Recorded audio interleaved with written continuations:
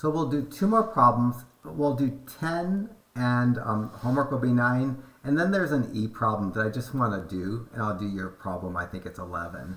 So for 10, it's a fraction. I'm asked to find the domain. I find the domain of a fraction by ignoring the numerator. I set the denominator equal to 0. Do the algebra to isolate the x. This is going to give me the number that needs to be excluded from the domain. If I want to write my domain in interval notation, I create an number line to help me with that interval notation.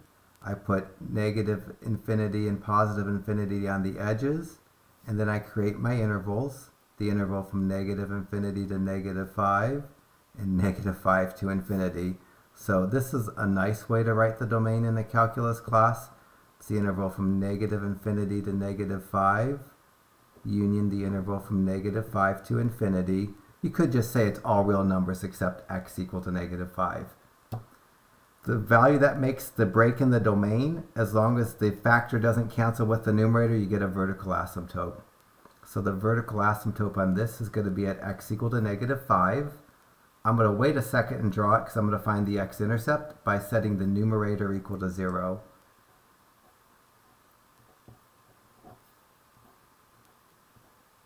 So the x part of the x-intercept is -1. So two pieces of information I'm going to throw on my graph. I'm going to put the vertical asymptote at x through -5 and the x-intercept at +1. So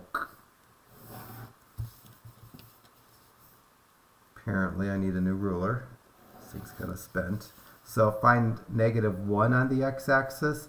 Mark the point -1, 0 for the x-intercept.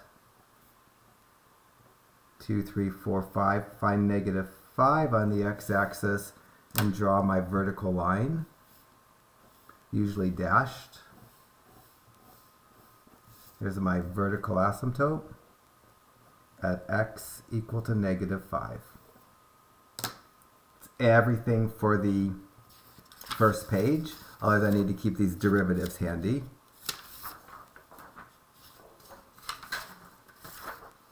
The function itself, again, in number 10, is f of x equals to x plus 1 over x plus 5. To find the y-intercept, I'm going to plug 0 in and get f of 0 is 0 plus 1 over 0 plus 5. That's going to be 1 over 5. My y-intercept is going to be the point 0, 1/5. I'm going to do the horizontal asymptote before I do the graphing. For the horizontal asymptote, the numerator is degree 1 because it has its highest power as an x to the first power term. The denominator is degree 1 because its highest power is an x to the first power term. I'll divide the coefficients to get the horizontal asymptote, and each of the x's has an implied coefficient of 1. So I'm going to just divide the leading coefficients of 1 and 1 to get my horizontal asymptote. So my horizontal asymptote is going to be y equals the leading coefficient of the numerator divided by the leading coefficient of the denominator. It's going to be y equal to 1. So let me add these to my graph. I'm going to find the point 0, 1/5, which is just above the origin. So 0, 1/5, if I go up 1/5 of the way between 0 and 1, I get the point 0, 1/5. It's on the y-axis because it's a y-intercept. And I get a horizontal asymptote at 1, so that 1 that I just drew, I'm going to draw a dashed horizontal line through it. This is my horizontal asymptote. Went off my paper. Horizontal asymptote at y equal to 1. All right, I'm going to need the derivatives for the increasing, decreasing maxes and mins, as well as concavity.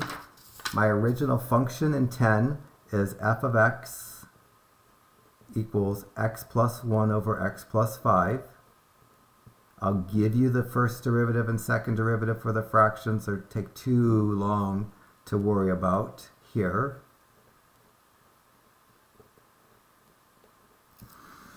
Get the critical numbers for a fraction by setting the numerator equal to 0. Since it doesn't have an x, there's going to be no solution. no critical number. I'll set the denominator equal to 0. And it's enough just to set the inside of the parentheses equal to 0. And I'll get the x equal to -5, which is where the vertical asymptote is for my critical number. Create a number line that has negative infinity on the far left edge, positive infinity on the far right edge, -5 between. Create an interval from negative infinity to -5, an interval from -5 to infinity. Pick my test numbers right up against the intervals. For these fractions, it works out easier. For my first interval, I'm going to plug in -6. For my second interval, I'm going to plug in -4 into the derivative. So I'm going to go the derivative, first derivative evaluated at -6 is 4 over -6 plus 5 squared. That's going to be 4 over -1 squared. That's going to be 4 over 1, which is +4. So the graph is going to be increasing in that interval. For the next one, I'm going to do f prime evaluated at -4. That's going to be 4 over -4 plus 5 squared. That's going to be 4 over 1 squared. That's also +4. That's also going to be increasing. So this graph goes increasing, asymptote, increasing. When I go to answer my part F, for where it's increasing in both the intervals. The interval from -infinity to -5, and the interval from -5 to infinity on either side of the vertical asymptote. For part G, there's never decreasing, and there's no maxes or mins because the only place you can get a max or a min, they're not meeting up in the right place, the right directions, and it's not part of the domain anyways. So for 10H, there's none for the maximums, and for 10I, there's none for the minimums. This isn't really anything I can show on the graph right now. It's not a point. Move on to the second derivative stuff. The second derivative I give you, again, you don't have to calculate the derivatives of these fractions for the graphing purposes. It's too much. Just have to know how to use them. So I give you the second derivative. Now let's figure out what the critical numbers in are. I set the numerator equal to 0. There's no critical number there because there's no x. I set the denominator equal to 0. It's enough just to set the inside of that parentheses equal to 0. Subtract 5 and get where the vertical asymptote is, x equal -5. Make my number line that has negative infinity on the far left edge, positive infinity on the far right edge, -5 between. First interval, negative infinity to -5. Second interval, -5 to infinity. Try -6 and -4 for my values to plug into the second derivative to figure the concavity. First interval, I'm going to plug in -6. Second derivative evaluated at -6 is -8 over -6 plus 5 cubed. That's -8 over -1 cubed. That's -8 over -1, which is +8. Means it's concave up. That is just easier for me by hand. My calculator, I struggle with these. When I plug -4 in, I get -8 over -4 plus 5 cubed, which is -8 over +1 cubed, which is -8 over +1, which is -8. It's negative, so the graph is concave down. So I can answer by part J. It's concave down in the left interval from -infinity to -5. It's concave up in the left interval from -infinity to -5. It's concave down in the right interval from -5 to infinity. And there's not an inflection point because -5 is not in the domain. Even though it's changing concavity, because -5 is where the vertical asymptote is, I'm not going to get a I'm not going to get a inflection point. So in this interval, it's concave up, and both intervals were decreasing, I thought. And in this interval, it's concave down, and it's decreasing. I thought they were double decreasing. Do I have that? They're double increasing, actually.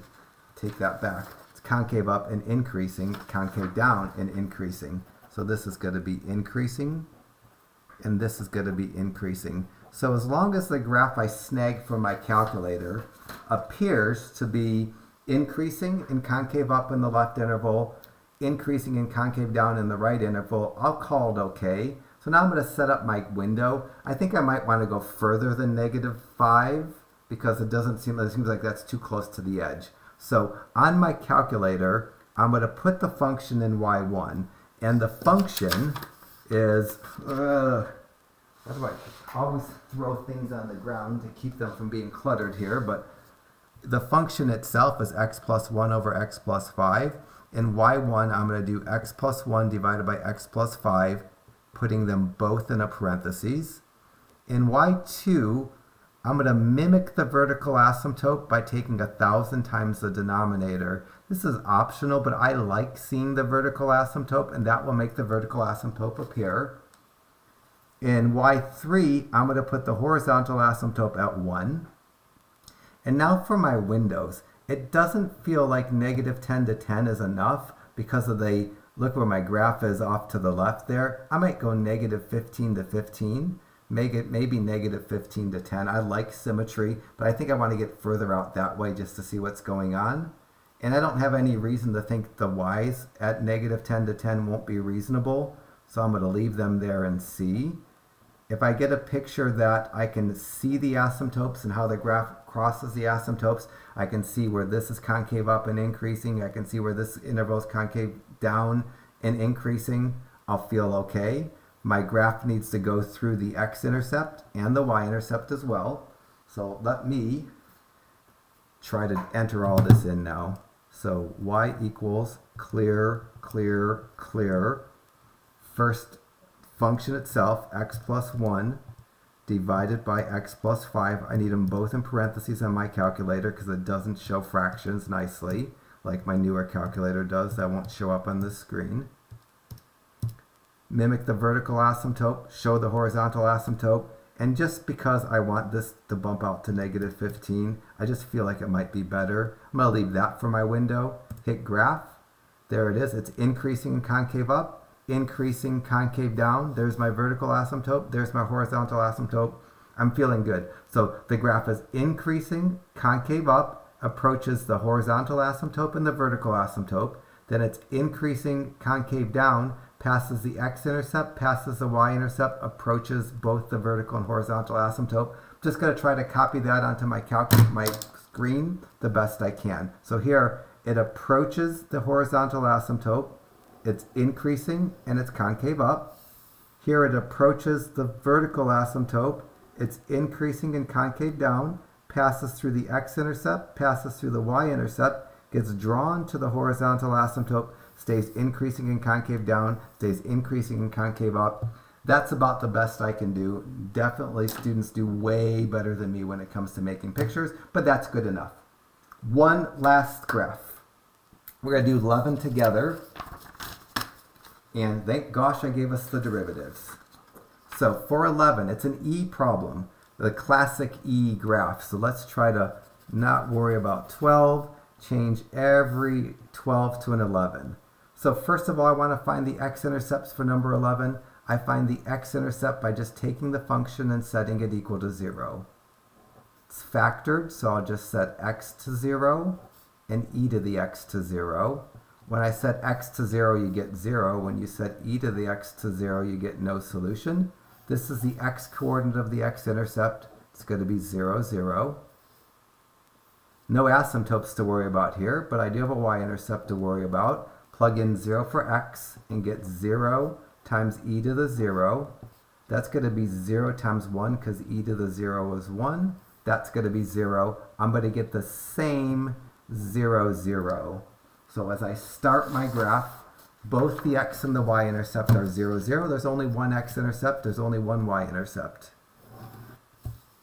This one, I've done enough of these graphs. The y's have to be really crunched. So the y's, if you do negative 10 to 10, you're not going to see what you want to see. I'll probably have to do like negative 3 to 3 on the y's if I remember right. So, done with the intercepts.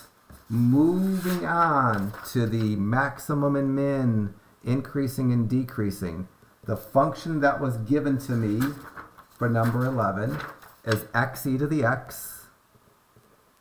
And the first derivative that was given to me is e to the x times x plus 1.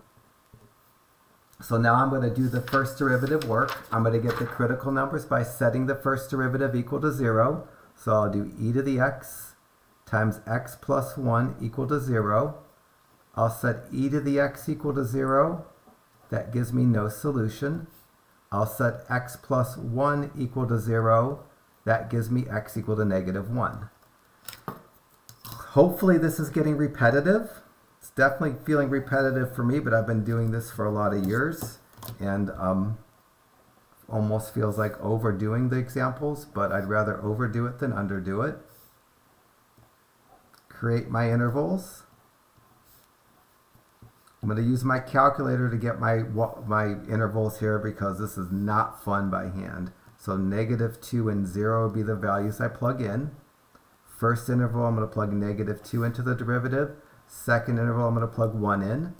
I'm going to go first derivative evaluated at negative 2 is e to the negative 2 times negative 2 plus 1.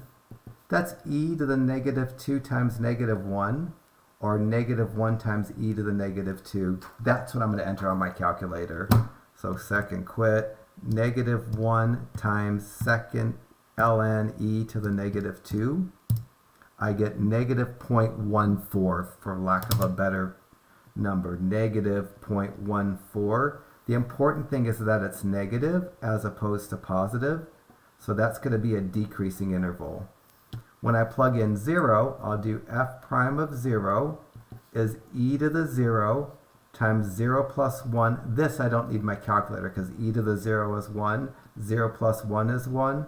This comes out to 1. So the graph is increasing. So I'm ready to answer part C. For part C of number 11, these are all 11s now, it's increasing in the interval from negative 1 to infinity. It's decreasing in the interval from negative infinity to negative 1. Let me show that on the number line so I can figure out if I have a max or a min. So it goes decreasing, increasing. That means I have a min but not a max. So for 11e, there's no max. For 11f, there is a min. Its x coordinate is negative 1. For answer purposes, I want an e. For graphing purposes, I probably need a decimal. So I'm going to find my y coordinate of my min by using the original function and plugging in negative 1 into the original function. It's going to be negative 1, e to the negative 1, and that's negative 1 over e to the first. So my minimum is, for an answer, negative 1 comma negative 1 over e. For graphing purposes, I'm going to label that point, but I'll do negative 1 divided by, and then second and divide for e. This is negative 0.37 approximately. So this y is about negative 0.37. So when I go to graph this is the next point that I need to graph. I'm going to find negative 1 on the x-axis, and I'm going to plot this point, negative 1 over e, at about negative 1/3. So maybe about here might be that point. That's about 1/3 of the way between 0 and negative 1. And this again is the point negative 1 comma negative 1 over e. Alrighty, now we move on to the second derivative tests. So for this function, I give us the second derivative. If I didn't give you the second derivative, it would be ridiculous. So the function itself is f of x equals x e to the x. The second derivative is e to the x times x plus 2. Now I can do the second derivative test. I set the second derivative equal to 0, so I go e to the x times x plus 2 equals to 0. That causes me to set e to the x equal to 0, which is a no solution. I set x plus 2 equal to 0, which is an x equal negative 2. Plot that on my number line with the infinities.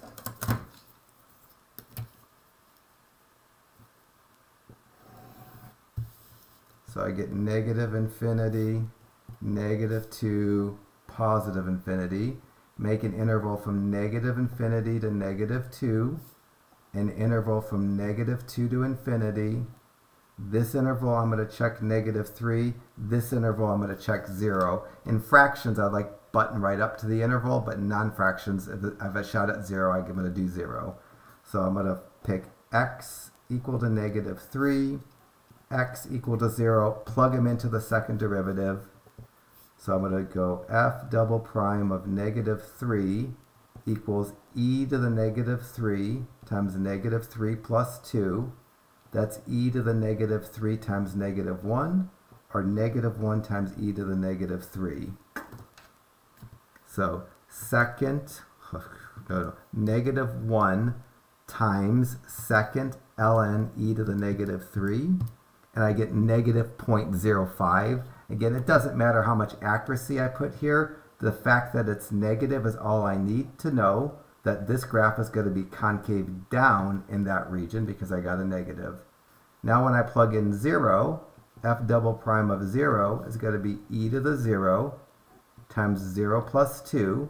E to the 0 is 1, 0 plus 2 is 2. This comes out to 2, so the graph is going to be concave up. So it goes concave down, then concave up, and negative 2 is in the domain. This is going to be the x-coordinate of an inflection point. I'm not having any asymptotes to make that not an inflection point. So for the answer to part A of number 11, these are all 11s now, 11A, it's concave up in the interval from negative 2 to infinity. It's concave down in the interval from negative infinity to negative 2. And my inflection point for 11I has an x-coordinate of negative 2. I'm going to use my function to get the y-coordinate. I'm going to write my answer with an e and then decimal approximate it.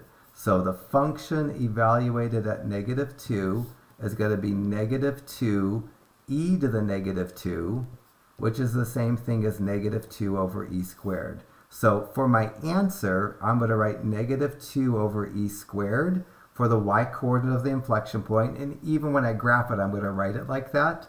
But to know where it's at, I need to know what negative 2 divided by second ln e squared is, and that's negative 0.27. So when I go to graph this, I'm really thinking negative 2, negative 0.27 on my graph. So when I go to graph this, I already have the intercepts and the inflection minimum point. This point, negative 2, negative 0.27, this is negative 0.3. This is a little bit higher up, so it's probably like a little bit. It's like a quarter of a way as opposed to the third of the way. So that point right there is the point negative 2 comma negative 2 over e squared. So what's going to happen, it's going to start off, it's going to decrease and be concave. It's going to decrease and be concave up. And let me just graph this on my calculator. My mind can't even think right now. So let me plan this out. On my calculator, I'm going to put x, e to the x, and y1. I don't have any asymptotes to worry about. I'm going to delete the y2, y3, and y4. And for my x-min and x-max, there isn't a reason to get away from the 10s other than the numbers are really small. I think just because I've done this graph a few times, I think that's better for the mins and the maxes. And the y's are so small that if I make my y's negative 10 to 10, I'm not going to be able to see the concavity, or the minimums so nice. I think even negative 2 to 2. I don't put these E graphs on the test, but I like to do them just so you see them. I'm going to try all that and see what it looks like. See if I can copy on what I have. So clear everything out that's in here. And then x second ln e to the x. Window, I think negative 3 to 3 and negative 2 to 2 will work fine. So the graph is concave. I can't even see. I think it's concave down. You can't see from this window the concavity at all. And I should make sure I have, that's definitely concave up from negative, yes. So you can't see this concavity right here. It goes concave down to the inflection point, stays decreasing, and then it turns to concave up and it increases. Let me try to talk through this graph. It looks like the x-axis is a horizontal asymptote off this way. I think it actually is, but we don't usually call it a horizontal asymptote. Let me try to copy this. What's happening right now is the graph is concave down. So it's concave down and decreasing, concave down and decreasing. It gets to this inflection point where it starts and it flips over. It stays decreasing, but turns into concave up. Then it goes through the minimum point, stays concave up and increasing the rest of the way, and it looks something like that. So it's decreasing, concave down, decreasing, concave down, gets to the inflection point, stays decreasing, flips over and turns concave up, gets to the minimum point, stays concave up and increases the rest of the way. This is a pretty decent graph by my standards. Maybe even a little bit better than my calculator can show. It doesn't have enough pixels to show the concavity as nice as I might like to show the concavity. Again, I did problem 11 because it was one of your homework problems and because I don't put the graphs of e's on the test, but I wanted you to have one just in case for some reason, if you decide to take calculus again because you don't get through my class, you might have to do this in another class. I would never test on graphs of e's, but I do have you find the inflection point on the test. This point, negative 1 over e, that comes from section 3.1. Without graphing it, we'd want to do the inflection point. So that's finally the end of section 3.4. We just have section 3.5, which is a word problem section. It seems like my section 5s are always word problems. They're not bad, but they're still word problems. So we'll get through that, and then we'll do the practice test, and we'll be done with chapter 3.